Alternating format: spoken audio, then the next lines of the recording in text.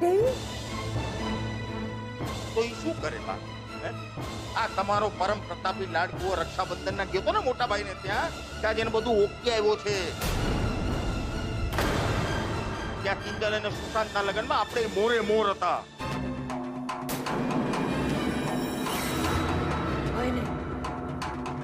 મારો કાનુડો આવું કોઈ કાળે ન કરે. નક્કી તારી આ 4 ચોપડીની ચઢામણી છે. કેમ હતી? બોલ તો, એવો કયો ધતુરો ઘોડીને પીવડાવી દીધો છે મારા કાનુડાને? અરે જવાબ આપને, ફાટતી કેમ નથી મોંમાંથી? હા, જવાબ મમ્મી શું કામ આપ? હું જ આપી દઉં છું ને. હું આ રોજની કિંજલ સાથેની માથાકૂટ ને કટકટથી કંટાળી ગયો, એટલે મને થયું કે એકવાર જઈને ત્યાં બધું પતાવી આવું. લો બા, સાંભળી લીધું તમારા કાનુડાની આકાશવાણી સાંભળી લીધી? અરે ઘરમાં એક હરિશ્ચંદ્ર ઓછી હતી, ત્યાં બીજો ભાગ બે પેદા થઈ ગયો. પપ્પા બસ કરો, મમ્મીને આ બધી વાતમાં ના ઘસેડો.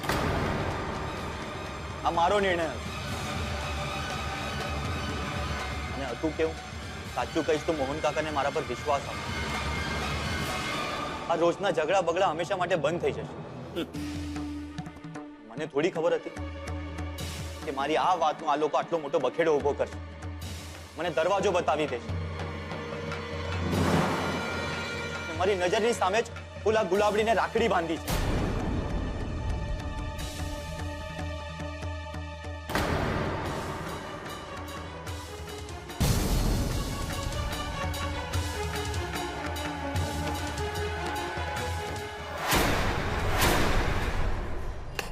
મમ્મી, કેટલી વાર? બહુ ભૂખ લાગી છે.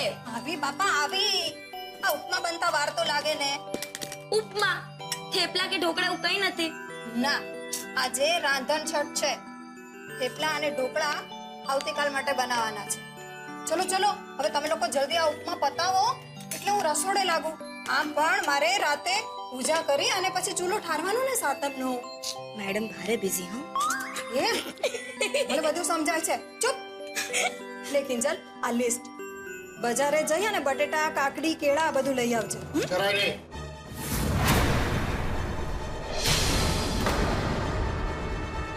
કિંજલ એકલી ક્યાંય નહીં જાય. એને ફક્ત મેં પિસ્તોલ સુધી જવાની જ પરમિશન આપી છે, અને એ પણ મારી સાથે. પપ્પા, કઈ નહીં થાય, જવા દો ને. ના પાડીને તને. નહીં જવાનું એટલે નહીં જવાનું.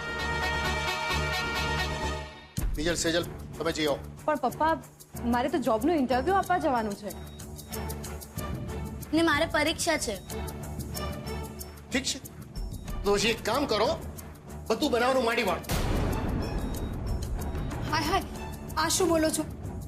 સાતમ ના કરીએ ને તો માતાજીનો કોપ થાય. ઠીક છે, તેલી આપ, હું જ જઈ આવું છું. કિંજલ નહીં જાય. સારું, તમે રહેવા દો. મેં તમને કહ્યું જ ખોટું. એના કરતા તો હું જ જાઉં છું. આ જાત વગરની જાત્રા જ ખોટી. મમ્મી, અહીંયા આવો. મને લાગે છે હું જાઉં, તું જાવ, આવું બધું કરવા કરતા છે ને આપણે બધા જ જઈ આવીએ. આ કાકડી, ટમેટું, ડુંગળી જે લાવવાનું છે બધું લઈ આવીએ, એટલે બધાની જાત્રા થઈ જાય. શું કહો છો પપ્પા? એ હા, આ મસ્ત આઈડિયા છે. ચાલો બધા જાત્રાએ. ને વળતા છે ને આપણે પ્રસાદમાં પાણીપુરીનો સામાન લેતા આવીશું. એ તો ખવાય ને મમ્મી, એમાં તો બધું ઠંડુ જ હોય. હા બાપા હા, તું ને તારી પાણીપુરી જેટલી ખાવી હોય ને એટલી ખાજે. અને સાથે સાથે હું મગ, ઢોકળા, વડા, મોહનથાળ, ચૂરમાના લાડુ આ બધું બનાવવાની છું.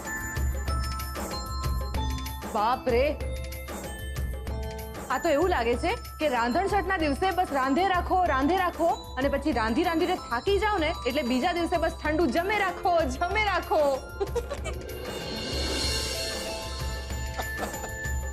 એવું નથી છોકરીઓ. અરે ભાઈ, શ્રાવણ મહિનો એટલે ઉજવણીનો મહિનો.